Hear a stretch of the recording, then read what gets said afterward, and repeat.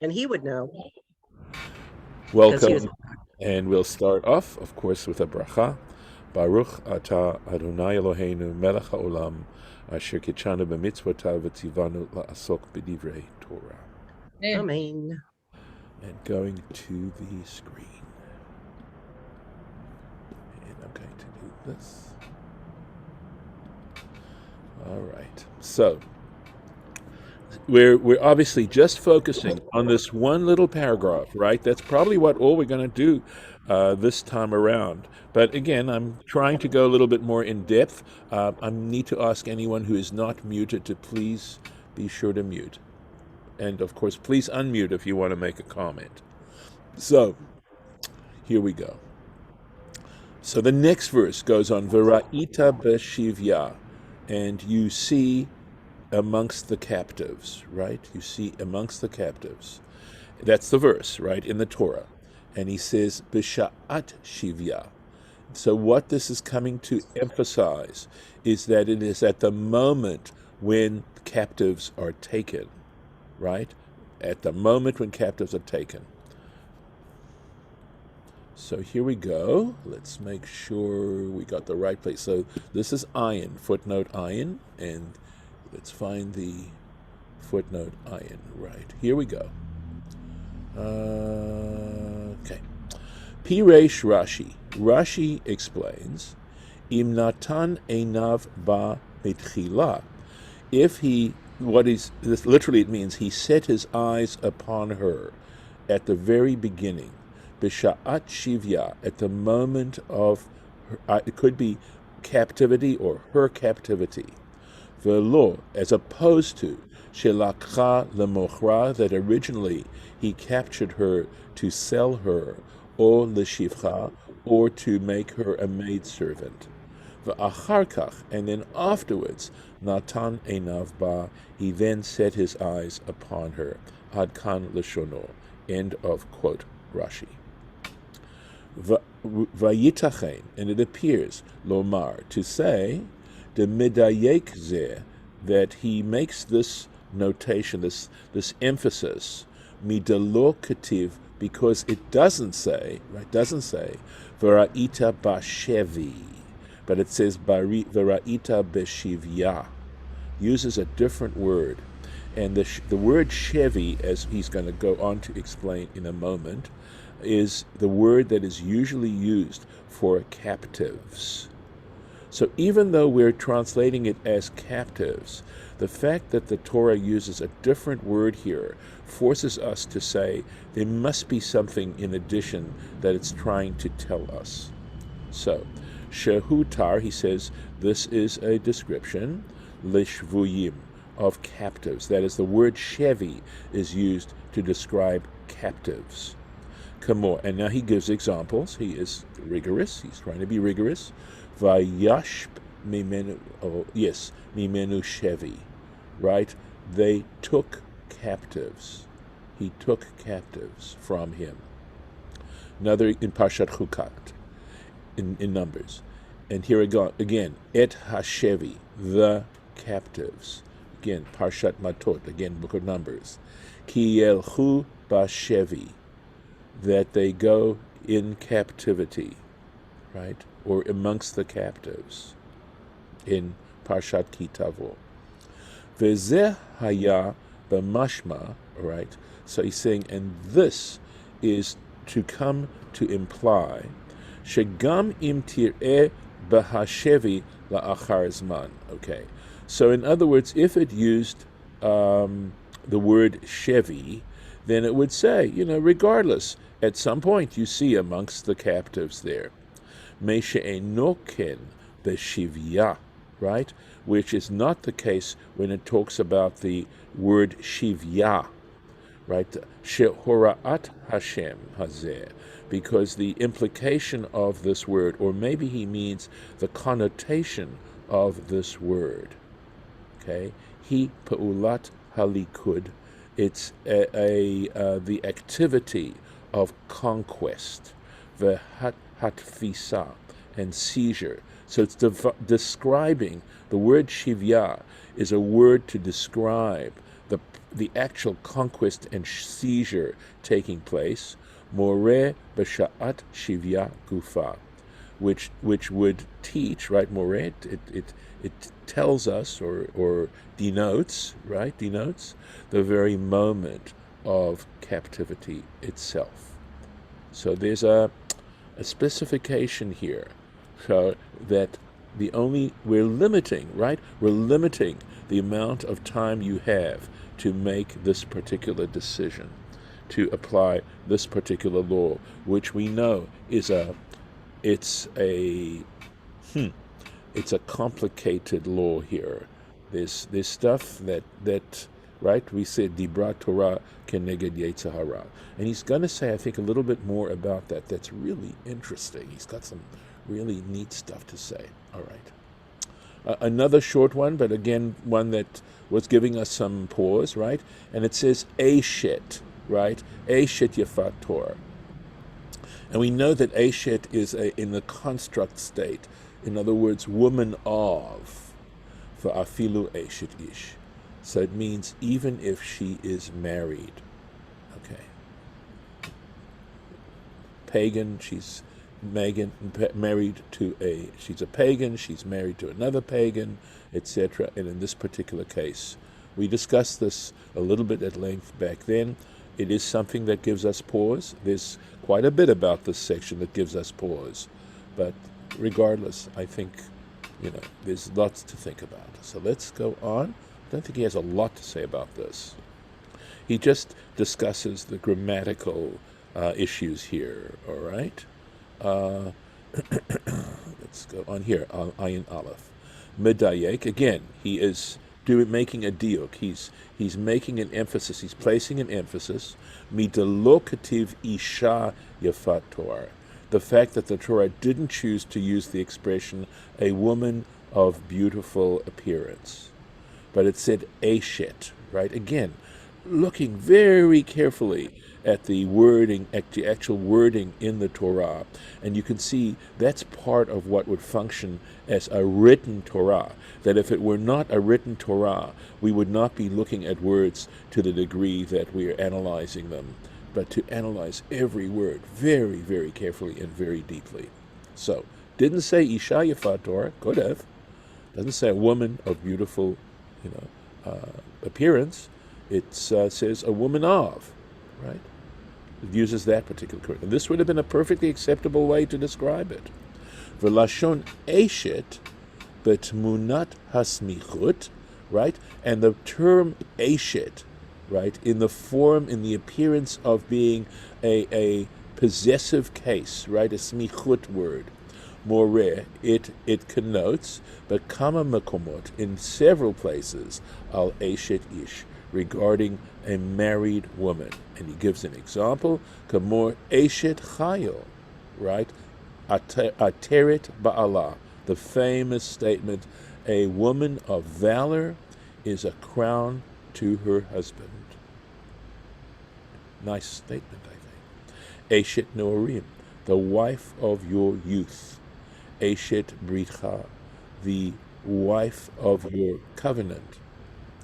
Ukidome, and similar examples. Next, here we go.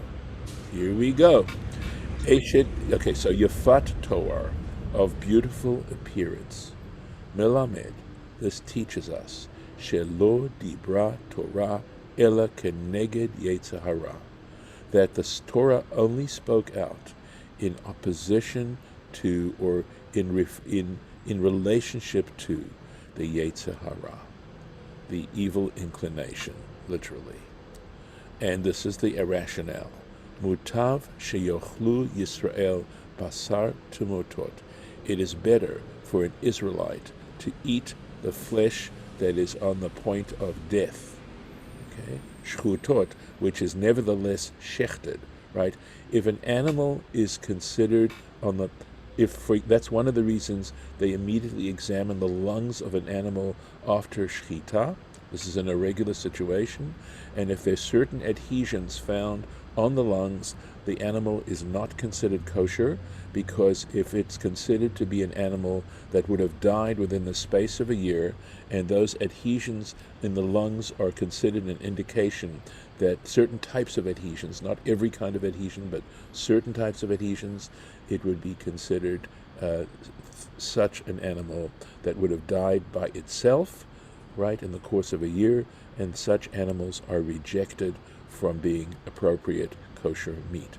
So in this case, we're talking about here relatively, right? Relatively speaking, that it's better for an Israelite to eat an animal that might die within the year or less, that is shchuta, that has been slaughtered properly according to the laws of shchita, va'al yochlu basar temutot nevelot, and better than they should eat similar animals that are on the point of death, which is a nevela. A nevela is an animal that is not killed properly. Okay. Yeah, but the good Lord said that if the animal does that, dies, you can still give that animal to a non-Jew. Non-Jew is not. Don't waste it. A non-Jew is not commanded to eat kosher meat, but Jews are commanded to eat kosher meat. Okay. So, yeah, I mean, you can. That's correct. You can sell it. You don't have to take a great loss. It would be a big loss. But if you want to sell it on the regular market, you can. But you're not allowed to eat it. Okay, so here we go. So he has quite a bit to say about this, because it's an interesting point here. And it certainly sheds light on this whole mitzvah going on here, right? And to what sense it's certainly unlike any other mitzvahs. Here we go. Ritzono lomar. What he wants to say, what he's trying to say is, Bekoshi hetira haTorah yifat Torah, that the Torah, with difficulty, permitted the woman of, this beautiful woman, the captive woman, who's of a beautiful appearance. B'milchama, and in a case of battle, right? Rak mitoch, and the only reason it permitted this is mitoch shemitgareh ba yitzro, because he finds his desire uncontrollable, right? His lust becomes uncontrollable in that circumstance, because I suspect your emotions have to be at such a high pitch at that point. Yesh lachush, so one has reason to suspect, sheyizneh be'isur, that he's going to go ahead and have relations with this woman regardless. By the way, I understand this is a very sad sort of thing, that in the World War II, in the Japanese army, they provided prostitutes for the army, for the men who were fighting. I just think it, to whatever relationship it has to what we're talking about here. So because one is suspicious that regardless of the proclamation not to have such things, he would go ahead anyway and have relations with her in a forbidden way. Hetiruhu, so for that reason they gave permission, the Torah gave permission to him, Lisa Ena, to marry her, Ukedim Lefaresh B'mashal, and as is explained in a mashal is like a parable, something like that, right? And that's the parable is the meat, right? Giving the example of meat that is going to die on the point that's timutot, but that is at least shchuta. It's not something we want to do, but sometimes you have to legislate in such a way so that you'll have compliance, because it's much worse to have to basically encourage scoff laws than to try and legislate in a way where people at least can follow it to some extent, even if it's not perfect. V'nafka mina bazeh, and we can derive from this, right? That she'im ein nafsho chashkaba. So, the practical difference is that if he does not desire her, nafsho chashka, that his soul yearns for her, right, or desires her, rak sherotzeh likach lo isha, that he isn't, it isn't that he's so in love with her, he's not completely crazy about her, but he wants to take her for a wife. He wants to marry a woman, and this is a pretty woman, he wants to marry her. Asur lo, it's forbidden to him, likach etzo. That's the implication, given the statement, Dibra Torah keneged yetzer hara. It's inappropriate. Not allowed to. Can't use this. And he goes on to say some interesting stuff. I think you'll enjoy this. I hope you do. The yesh laha'ir, and one can clarify, right, shed light, be'ikar klal zeh, regarding the essence of this particular, the nature of this particular law, this general rule. Lo dibra Torah ela keneged yetzer hara. This statement, the Torah, this general statement, the Torah only spoke against the yetzer hara, the evil inclination. You have to clarify this. Halo lefize, because according to this, lo shvakit kiyum, one basically has not allowed the upholding lechol mitzvot. In other words, could you take this rationale and apply it to every single mitzvah and say, they're not going to do this, they don't want to do this, they really, really don't want to do this. So we have to be able to legislate to deal with it. The Temimah, because we could say, dekevan she'efshar sheya'avor be'isur, okay, because we could argue that there's a possibility that if we don't allow it, he's going to transgress it regardless. Natir lo sheyaseh beheter. We should derive a way to make it permissible, so that at least when he does this, he does it with permission. Okay, there's a danger there, right? V'yesh lomar. One can argue back. One can say, de lo ne'emar klal zeh, that this particular general rule was not stated, ela b'milchama, except in a case of warfare, in a case of a war. De az tzarich sheyeh ruach kol ish nachon b'kibur, because at that particular point, every person in a situation of war, a person has to be somewhat at ease. One has to be able to think straight, okay, when you're in war. V'lo yitza'er nafsho, and you don't want him to be so upset, right? Kedei sheyuchal la'amod bekoshrei milchama.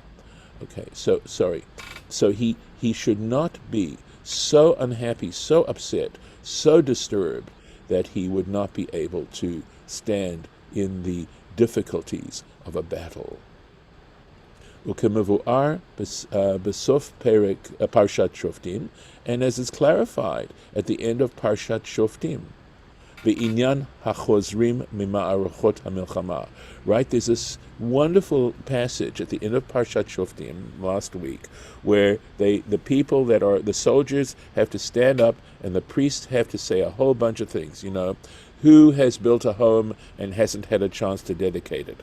Who has taken a wife and hasn't had a chance to be with her, to consummate his marriage, whatever, right, or engaged to a woman.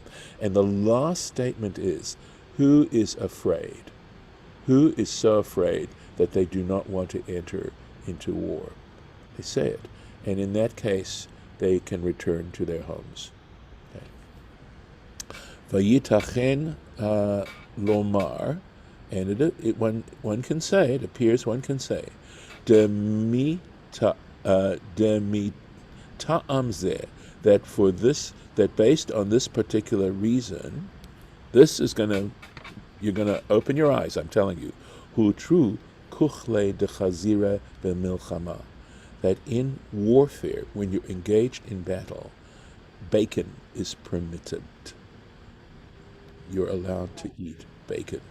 Kemevo'ar bechulin, as is clarified in Chulin Yud Zayin Aleph 17a, Ulefanenu La'el, and before us above, Parshat Ve'et Hanan, in Parsha Ve'et Hanan, Pasuk Uvatim Mle'im Kol Tov, where it talks about, and houses filled with all good. So what we are saying is that when you're engaged in a battle, when you're engaged in warfare, when people are engaged in that situation, there are levels of desperation, there are emotions that you cannot even begin to imagine until you actually are under fire and actually have experienced an actual battle. Yeah, go ahead. So Rabbi, lust must be the reason. A person in war sees a beautiful woman, the lust is there, and God says, well, I'm not going to, I'm going to let him do it because he'll do it anyway. Correct. That's exactly it. And by the way, you know that already we've read, Rashi has made it very clear, that the rabbis are saying that if you go ahead and take advantage of this, the probabilities of it having an unfortunate consequence is very high. So yes, you can do it because, you're battling your Yetzer Hara, and your Yetzer Hara is taking over you. You cannot control your impulse. But just, whatever it's worth, because there are times when, let's be honest about it, our rational side and our impulses, our emotional side, are at war with each other.